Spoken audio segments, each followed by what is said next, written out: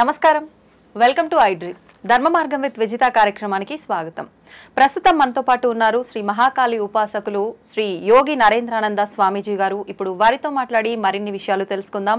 మన సనాతన ధర్మంలో నిజంగా మాంసాహారం గురించి ఎటువంటి ప్రాధాన్యత ఉంది, అసలు మాంసాహారం నిషిద్ధం అని చెప్తూ ఉంటారు, కొంతమంది ఏమో మాంసాహారం అమ్మవారికే నివేదన చేస్తూ ఉంటారు అని చెప్పి రకరకాలుగా మాట్లాడుతూ ఉంటారు. అసలు ఆహారం యొక్క ప్రాధాన్యత ఏంటి, ఇలాంటి మంచి మంచి విషయాలు ఇప్పుడు స్వామీజీతో మాట్లాడి తెలుసుకునే ప్రయత్నం చేద్దాం. నమస్కారం స్వామీజీ. నమస్తే తల్లి. స్వామీజీ, సనాతన ధర్మం అనగానే చాలా గొప్పది, చాలా పవిత్రమైనది. మనం కనుక ధర్మాన్ని ఆచరిస్తే మనం ప్రతి నిత్యం చేసే పనుల్లో కనుక మన ధర్మంలో కూడి ఉన్న పనులు ఏదైతే ఆచరిస్తూ ఉంటామో మన యొక్క జీవితం అనేది ఒక మంచి మార్గంలో వెళ్తుంది అని చెప్పి పెద్దవాళ్ళు చెప్తూ ఉంటారు.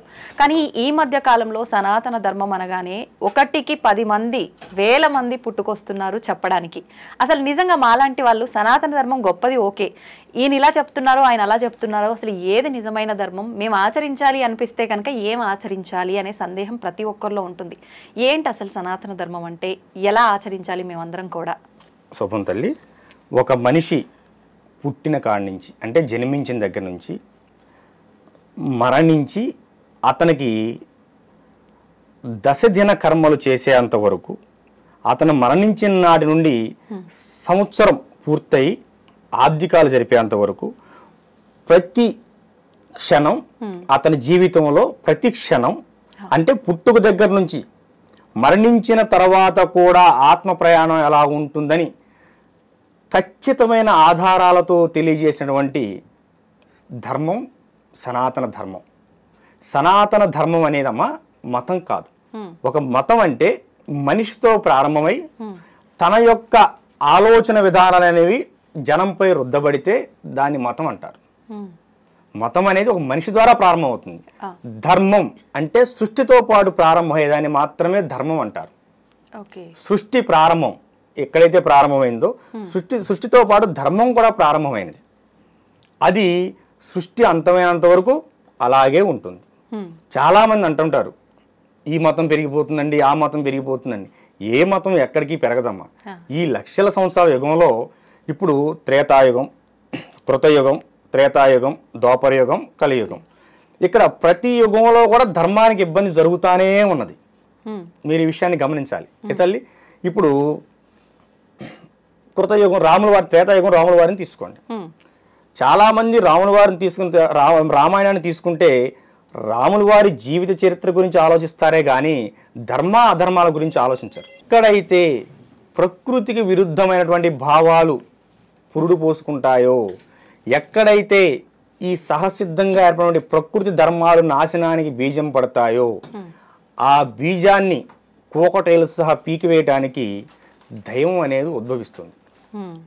ఇప్పుడు రావణుడు రావణాసురుడుగా మారాడంటే అప్పుడే వాడిని తీసివేసిన అవసరం ఏర్పడింది. ఎందుకంటే వాడు ఆదిదేవుడైనటువంటి శివుడినే ధిక్కరించాడు. విమాన ప్రయాణంలో వెళ్తున్నప్పుడు రావణుడు కింద పార్వతీ పరమేశ్వరులు కైలాస పర్వతం మీద నృత్యం చేస్తుంటే ఆ కైలాస పర్వతం మీదుగా విమానాన్ని విమానం మీదకి వెళ్ళాడు. కానీ విమానం ముందుకు నడవలేదు. తెలిసిన విమానం ముందుకు నడవలేదు. అసలు కైలాస పర్వతం మీదకి ఏ విమానం ఎగరటానికి వీల్లేదు, అది దైవమైనా ఇతరదైనా. కానీ వీడి విమానం ఎగిరింది. సరే, కారణం ఏంటని అడిగాడు శోధకుడిని. కింద పార్వతీ పరమేశ్వరులు నృత్యం చేస్తున్నారయ్యా, ఇది కైలాస పర్వతం, దీన్ని మనం దాటకూడదు అని అంటే, రావణుడు వస్తున్నాడని తెలీదా, ఆయనకి ఎంత అహం, నేను వస్తుంటే పక్కగా తప్పుకోద్దా అంటాడు. ఇక్కడ మీరు ఒక విషయం గమనించాల్సిన విషయం ఏంటంటే రావణుడు కూడా శివుడి భక్తుడే కదా. మరి ఎందుకు ఆయన అహంకారం పరిణమిల్లింది. అహంకారం అనేది మనిషి స్థాయిని మించి అహంకారం పెరిగినప్పుడు వాడి పతనం అక్కడే ప్రారంభమవుతుంది. అప్పుడు కదా వాడు దిగి ఈ కైలాస పర్వతాన్ని ఎత్తే ప్రయత్నం చేయటం. శివుడు బొట్టన వేలుతో కైలాసగిరి పర్వతాన్ని తొక్కితే ఈ వాడి యొక్క 20 చేతులు ఏళ్ళు కైలాస పర్వతం కింద వెళ్ళిపోయినాయి. ఎందుకంటే 10 తలలు రావణుడు కదా, 10 తలలు 20 చేతులు అన్ని కూడా కైలాస పర్వతం కింద అండిపోయాయి. తొక్కి పైన నిలబడ్డాడు. వాడి రవం అంటే అరుపుతో ప్రపంచం మొత్తం దద్దరిల్లిపోయింది. ప్రపంచం మొత్తం దద్దరిల్లిపోయింది. దద్దరిల్లిపోతే అప్పుడు ఎవరో మహానుభావుడు వచ్చి, ఒరే ఈ అరవటం ఎందుకురా ఆపు, ఆ పరమేశ్వరుని స్తుతించు, అప్పుడు కనకరించి ఆ బొట్టన వేలు తీస్తాడు, నువ్వు లేచి బయటికి వెళ్ళొచ్చు అంటాడు. అప్పుడు రావణాసురుడు శివుని శృతిస్తాడు. ఉమ్, శృతించినప్పుడు ఆయన గారు భక్తికి త్రోలడోళ్ళు కదా శివుడు అంటే కాదు తీస్తాడు. ఉమ్, ఆ వాడు పెట్టినటువంటి రవం, దాన్ని అరుపుని రవం అంటారు ఆహా, సంస్కృత భాషలో. వాడు పెట్టిన రవానికి ఈ ప్రకృతి ప్రపంచం మొత్తం చెవులు చిట్లిపోయేలాగా ఆ శబ్దానికి అల్లాడిపోతుంది సంవత్సరం కాలం మొత్తం. ఉమ్, కనుక ఒరే నువ్వింత రవం పెట్టి అల్లకొల్లోలం చేశావు గనక నువ్వు నేటి నుంచి రావణుడు రా అని పేరు వచ్చింది వాడికి. ఆహాహా. అప్పటి నుంచి రావణుడు అని పేరు వచ్చింది. ఓ, ఓకే, ఈ రావణుడు కాస్త అప్పుడు కూడా శివుడి యొక్క ఆత్మలింగాన్ని తీసుకున్నాడమ్మా. రావణుడు అని తక్కువ కూడా కాదు. కానీ వాడిలో ఎప్పుడైతే అసుర భావాలు పెరిగాయో, పరస్త్రీ వ్యామోహం పెరిగిందో వాడు రావణాసురుడయ్యాడు. ఉమ్. రావణ అసురుడయ్యాడు. ఇప్పుడు పరస్త్రీ వ్యామోహం అన్నారు కదా, అంటే మీరు మాట్లాడింది సీతమ్మ గురించేనా? కాదు కాదు, సీతమ్మ లంకలోకి వెళ్ళక ముందే కొన్ని వేల మంది స్త్రీలు ఉన్నారు అక్కడ. రాణివాస స్త్రీలు, రాక్షస స్త్రీలు. వారికి కంటికి ఎవరు నచ్చితే వాళ్ళని తీసుకెళ్లి వాడు అశోకంలో పెట్టుకోవడమే. ఇప్పుడు రావణాసురుడు ఎంతో గొప్ప గొప్ప గ్రంథాలు, శాస్త్రాలు అవపోసన పట్టిన వారిలో హనుమంతుల వారు ఒకరు, రావణుడు ఒకరు అని అంటారు కదా. రావణ బ్రహ్మ, రావణ బ్రహ్మ, రాబోయే కాలంలో బ్రహ్మ అంటారు కదా. అంత జ్ఞానం ఉంది అని అంటే, ఒకరికి చెప్పే స్థాయిలో ఉన్నారు అని అంటే, ఆయన అంత మూర్ఖమైన ఆలోచనలు చేసి పరస్త్రీ వ్యామోహంలో ఉండటము ఏంటి అదంతా? అది మూర్ఖం కాదమ్మా, ఉమ్, అహం. నేను గొప్ప, ఆ, నేను తలుచుకుంటే ఏదైనా చేయగలను, కనుక నేను కోరుకుంటే ఏదైనా నా దగ్గరికి రావాలి, నేను శాసనకర్తను కనుక నేను శాసిస్తే ఏదైనా జరగాలి. ఇది మనిషిని పతనానికి దారితీస్తుంది. సో ఇప్పుడు రాములు వారు సీతమ్మను తెచ్చుకోవాలనే లెక్క అయితే హనుమంతుడే తెచ్చును కదా. అవును, హనుమంతుడే తీసుకొద్దును కదా. లేదు, విభీషణుడిని ఎల్లగొట్టినప్పుడు విభీషణుడు వారైనా అమ్మా నువ్వు మహాసాధ్యవి, అదే కదా చెప్పింది రావణాసురుడికి. ఆమె మహాసాధ్వి, మహా ఇల్లాలు, ఆమె జోలు ఎల్లకి రావణ అన్నయ్యని బ్రతిలాడతారు కదా. మరి అలాంటప్పుడు ఏనే బ్రతిలాడ ఆమె తీసుకొచ్చుకోవచ్చు కదా. మరి సీతమ్మ ఎందుకు రాలేదు ఇల్తమని అడిగిన? రావణ వారు వస్తేనే వస్తానని ఎందుకు అన్నది ఆవిడ గారు? రావణ వారు వస్తేనే వీడి పతనం ప్రారంభమవుతుంది. ఇప్పుడు సీత వెళ్ళిపోతే మరి ఇంకో తీసుకొచ్చి పెడతాడు, మరి ఇంకో కుటుంబం ఆగమైపోతుంది కదా. అయితే ఒక చిన్న సందేహం అండి, నేను ఇంతకు ముందు వేరే గురువులతో చేసినప్పుడు వాళ్ళు నాతో మాట్లాడిన విధానంలో అసలు రావణుడు తీసుకెళ్ళింది సీతమ్మ వారిని కాదు, ఒకవేళ తీసుకెళ్లిన విధానం కూడా ఆయన ఆడవారి పైన వ్యామోహంతో కాదు, శూర్పణఖ ముక్కు చెవులు విషయంలో ఆ కోపంతో అలా తీసుకెళ్లాల్సి వచ్చింది ఒక విషయం. ఇంకొక విషయం, అసలు తీసుకెళ్ళింది సీతమ్మ వారిని కాదు, ఆమె అగ్ని ఏదైతే ఉందో అది దాటి రాలేదు, అక్కడ అగ్నిలో ఉన్న లక్ష్మీ అమ్మవారు కొలువై ఉన్నారు, లక్ష్మీ అమ్మవారిని తీసుకెళ్లారని. ఇదంతా నిజమే అంటారా, లేదంటే ఎవరికి తోచినట్టు వాళ్ళు మాట్లాడటమా?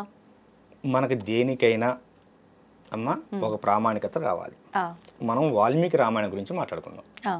వీళ్ళందరూ సొంత రామాయణాలు ఏది మాట్లాడినా మనకు తెలియదు తల్లి. మేము పారాయణ చేసింది వాల్మీకి రామాయణం, వ్యాస భారతాన్ని చదివాం, వాల్మీకి రామాయణాన్ని చదివాం, మనం దాని గురించి మాట్లాడుకుందాం. అవునండి, ఓకేనా.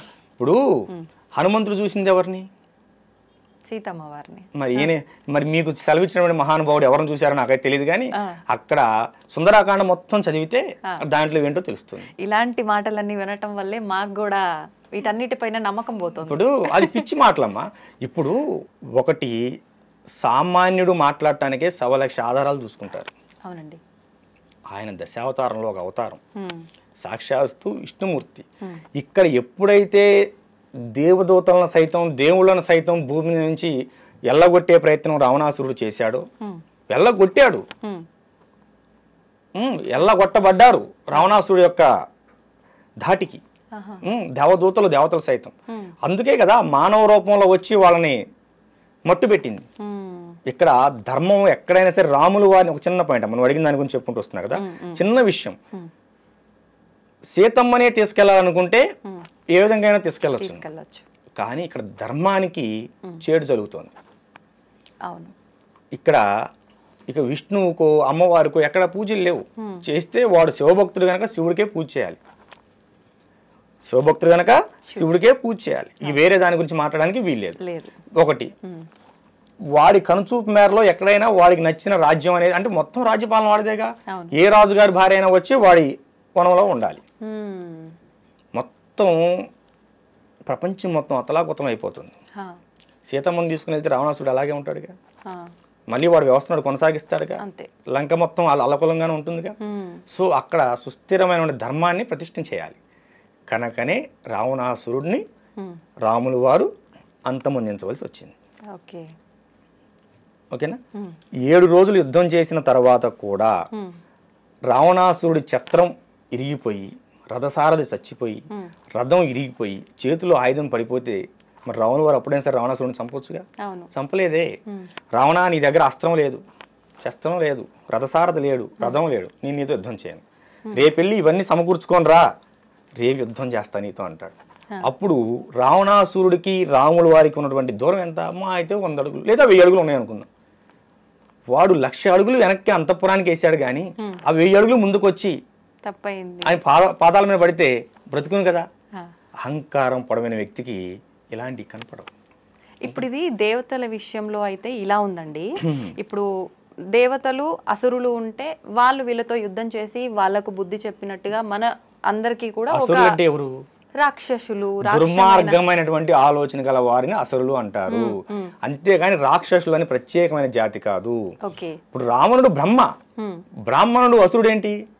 వాడి బుద్ధి అసురత్వం పొందింది, వాడి బుద్ధి అసురత్వం పొందింది. కనుక వాడు ఇప్పుడు రాములు వారు మానవుడు అయినప్పుడు వాడు కూడా మానవుడే, ఓకేనా. మానవుడైన రాములు వారు దేవుడయ్యాడు. అదే మానవుడై ఉండి బ్రహ్మస్థానం పొందినటువంటి రావణుడు అసుర బుద్ధితో అహంకారపూరితమై రాక్షసుడుగా మిగిలాడు. ఇది తప్పు అని చెప్పిన తమ్ముడు తర్వాత లంకాది నగరానికి రాజు అయ్యాడు. ఓకేమ్మా. అంటే ఇక్కడ విషయం ఏంటంటే, ఎక్కడైనా సరే అధర్మం అనేది పెంచుమీరుతూ ఉన్నప్పుడు దాన్ని కూకటి వేళ్ళతో సహా పీకివేయడానికి ధర్మం ఒక చోట పురుడు పోసుకొనే ఉంటుంది. కనుక మీరెవరూ బాధపడవద్దు. మొన్న ఇరాక్లో తవ్వకాలు తవ్వారు, పురాతన తవ్వకాలు. 30,000 సంవత్సరాల నాటి దేవాలయం బయటపడింది, బంగారపు నాణ్యాలు బయటపడ్డాయి. ఇవన్నీ నేను వార్తలోనే చూసి మీకు చెబుతున్నాను, టీవీ వార్తలోనే వచ్చాయి, బయటపడ్డాయి. ఇరాక్లో అంతకుముందు ఏ ధర్మం ఉన్నట్టు? సనాతన ధర్మమే ప్రడివిలిందిగా, హిందూ ధర్మమే ప్రడివిలిందిగా. మళ్ళీ హిందూ ధర్మమే వస్తుంది. ఈ కొట్లాటలు కొట్టుకొని తిట్టుకొని బాంబులు వేసుకొని అలిసిపోయి అందరూ ఇక చాలు, మనకి ఈ మతాలు వద్దు, మన ధర్మానికి మనం పోదాం, నమస్కారం అంటారు. నిన్నటిదాకా కేరళ అలా ఉన్నది, కేరళ మన ధర్మం వైపు వచ్చిందిగా. అన్నీ వస్తాయి ఇప్పుడు. కానీ వస్తాయని మీరు చెప్తున్నారు, రావచ్చేమో భవిష్యత్తులో. కానీ ఇప్పుడు మాత్రం మత మార్పిడిలు చాలా ఎక్కువగా చూస్తున్నాం కదా. అంటే హిందూ ధర్మంలో ఉన్న వాళ్ళే ఇక్కడ ఏదో జరగట్లేదు అని చెప్పి ఇంకొక మతంలోకి మారటము ఇలాంటివి చూస్తున్నాం కదా. మతం మారటం అనేది అది మనిషి యొక్క దౌర్భాగ్యానికి నిదర్శనం. ఎందుకంటే మనసు అనేది మారకుండా నువ్వు ఎక్కడికి వెళ్ళినా ఏమీ సాధించలేవు. నీ గత జన్మ కర్మలు ఉండొచ్చు, ఈ జన్మలో చేసిన కర్మలు ఉండొచ్చు, లేదా నువ్వు చేసే విధానంలో పొరపాట్లు ఉండొచ్చు. మనసుకి జబ్బు చేస్తే మాలాంటి స్వామీజీలు వైద్యం చేస్తారు. శరీరానికి జబ్బు చేస్తే స్వామీజీ అయినా ఎంబీబీఎస్ దగ్గరకు ఎండి దగ్గరకు వెళ్ళాలి. దౌర్భాగ్యం నీ మనసులో పెట్టుకొని నువ్వు ఏ మతంలో పోతే ఏమున్నది? ఏమ్మా, కెమెరా ఆఫ్ చేసి ఎన్నిసార్లు ఫోటో తీసిన ఫోటో వస్తుందా? రాదు కదా. ఇది అలాగనే ఇప్పుడు దౌర్భాగ్యం అనేది నీ మనసులో పెట్టుకొని ఒక మంగళవారం ఆంజనేయ స్వామి గుడికి వెళ్ళు, ఒక బుధవారం వినాయకుడి గుడికి వెళ్ళు, శనివారం వెంకటేశ్వర స్వామి గుడికి వెళ్ళు, శుక్రవారం ఆదివారంలో అమ్మవారి గుడికి వెళ్ళు. అసలు ఏ వారంతో మళ్ళీ శివయ్య దగ్గరికి వెళ్ళు. మనం వెళ్ళాం కదా. పండగ రోజు మన హిందువులో ఉన్న దౌర్భాగ్యం ఏంటంటే పండగ రోజు కూడా కొత్త బట్టలు వేసుకొని సినిమాకి వెళ్తాం, అంతే కదా. కానీ మనకు అన్నీ కావాలి. ఇక్కడ హనుమాన్ చాలీసా పారాయణ చేయమా 41 రోజులు. ఏదన్నా ఒక సంకల్పం పెట్టుకో, నీ జీవితానికి సంబంధించింది. అది స్వార్థంతో లేనిదై ఉండాలి. నీ భవిష్యత్తు పెరగటానికని కావచ్చు, లేకపోతే నీ పిల్లల కోసమే కావచ్చు, లేదా కుటుంబంలో ఏదైనా నెగిటివ్ ఎనర్జీ ఉండి ఇంట్లో ఊరికి చికాకులు జరుగుతున్నాయి, ఇది గురించి అయినా కావచ్చు. ఉదయాన్నే లేచి ఆడకూతురు అయితే తలస్నానం చేసిన అవసరం లేదు ప్రతిరోజు. ఎందుకంటే ఆమెకున్న కురుల దృష్టి ఇబ్బంది అవుతుంది కనుక ఆడకూతురు అనుకోమా 3 సార్లు పుండరీకాక్ష అని 3 సార్లు తల మీద నీళ్లు చల్లుకొని స్నానం చేయాలి. పురుషుడు అయితే ఖచ్చితంగా తలస్నానం చేయాలి. చేసి కొత్త సాప ఒకటి కొనుక్కొని నెట్టింట్లో సాప వేసుకొని ఓకేనా ఏకవస్త్రం కట్టుకొని పురుషుడు అయితే, స్త్రీ అయితే స్పష్టంగా చీర కట్టుకోవాలి, వస్త్రాలు కట్టుకొని ఏమో కూర్చొని 5 నుంచి 9 సార్లు హనుమాన్ చాలీసా పారాయణ చేయాలి. ఏ సమయంలో? ఉదయం బ్రహ్మ ముహూర్తం అంటే 4 నుంచి 6 గంటల మధ్యలో 41 రోజు చేయండి. మండలం దీక్ష సమయం మార్పులు ఎందుకు వస్తాయో, ఎందుకు రావో చూడండి. ఇప్పుడు 41 రోజులు అన్నారు కదా, ఆడవారి నెలసరి సమయంలో ఆ 5 రోజులు వదిలేసి మళ్ళీ 41. లెక్కే 5 రోజులు తీసేసి మళ్ళీ 5 రోజులు ఎక్స్ట్రా చేసుకుంటాం. ఓకే, ఓకేనా? 6వ రోజు నుంచి చేయొచ్చు. చేయండి. అసలు 21 రోజు చేయండి. ఆడవాళ్ళని 21 రోజు చేయమనండి. మార్పు కనిపిస్తుందో లేదో. మనసులో తెలియని ప్రశాంతి వస్తుంది, తెలియని హాయి వస్తుంది, ముఖంలో తెలియని ఆకర్షణ వస్తుంది. మనం చెయ్యంగా. అంతే. ఆదివారం వస్తే మాంసం తినాలి, పిల్లలకు సెకండ్ సాటర్డే వస్తే సినిమాకి పోవాలి, కానీ మాకు దేవుడు అన్నీ ఇవ్వాలి. ఏమ్మా? కానీ మాకు దేవుడు అన్నీ ఇవ్వాలి. అంటే దేవుడు మనం ఇవన్నీ చేస్తేనే ఇవ్వాలా? నీ ఏకాగ్రత ఉండాలి. ఇవన్నీ చేస్తేనే నువ్వు ఏకాగ్రత అవుతుంది. ఇప్పుడు నేను మనసులో నాకు దేవుడి పైన చాలా భక్తి ఉంది, నేను ప్రదర్శించాల్సిన అవసరం ఏముంది? నా పనులు నేను చేసుకుంటాను యథావిధిగా. దేవుడి పైన నాకు నమ్మకం ఉంది, భక్తి ఉంది. అలా దేవుడు అనుగ్రహించడం. దేవుడికి కూడాను నీ పైన నమ్మకం ఉంది. మరి నువ్వు అయ్యాలి వాళ్ళని కోరుకుంటున్నావుగా. నువ్వేం కోరిక లేదు కదా. కోరిక లేని ప్రశాంతంగా బతుకు. నాకు ఏ కోరిక లేదు. అంటే ఇప్పుడు ఉన్న లౌకిక ప్రపంచంలో ఖచ్చితంగా ఉండాల్సిందే కదా. లౌకిక ప్రపంచంలో నీ కనీస అవసరాలు ఎలా ఉంటాయో ఈ కలియుగంలో నామస్మరణ అంత ఉత్తమమైనది. నువ్వు నిత్యం నామస్మరణ చేస్తూ ఉండు. ఫలితం వస్తుందో రాదు? ఖచ్చితంగా వస్తుంది. శ్రీకృష్ణుడు వారు ఏమన్నారంటే, నా పేరు మీద 10 రూపాయలు దానం చెయ్యి, నీకు 100 రూపాయలు ఇస్తా అన్నాడు. నా గురించి 10 మందిలో చెప్పు, నీ గురించి దేవలోకంలో చెప్తా అన్నాడు. నా యొక్క నామాన్ని, కృష్ణ కృష్ణ అనే నా నామాన్ని నిత్యం నువ్వు పలుకుతూ ఉండు, నీతోనే ఉంటానయా అన్నాడు. అవునా? నువ్వు నిత్యం నామస్మరణ చేయి, భగవంతుడు నీతోనే ఉంటాడు. శ్రీమాత్రే నమః అనే అమ్మవారి యొక్క మంత్రాన్ని రోజుకు 108 సార్లు మనసులో అనుకుంటూ ఉండు. నువ్వు వంట చేస్తూ ఉండు, వంట చేస్తూ అనుకుంటూ ఉండు. 90 రోజులు నీ భర్త ఎలాంటి వాడైనా సరే నీ కుటుంబం సఖీ పడుతుంది.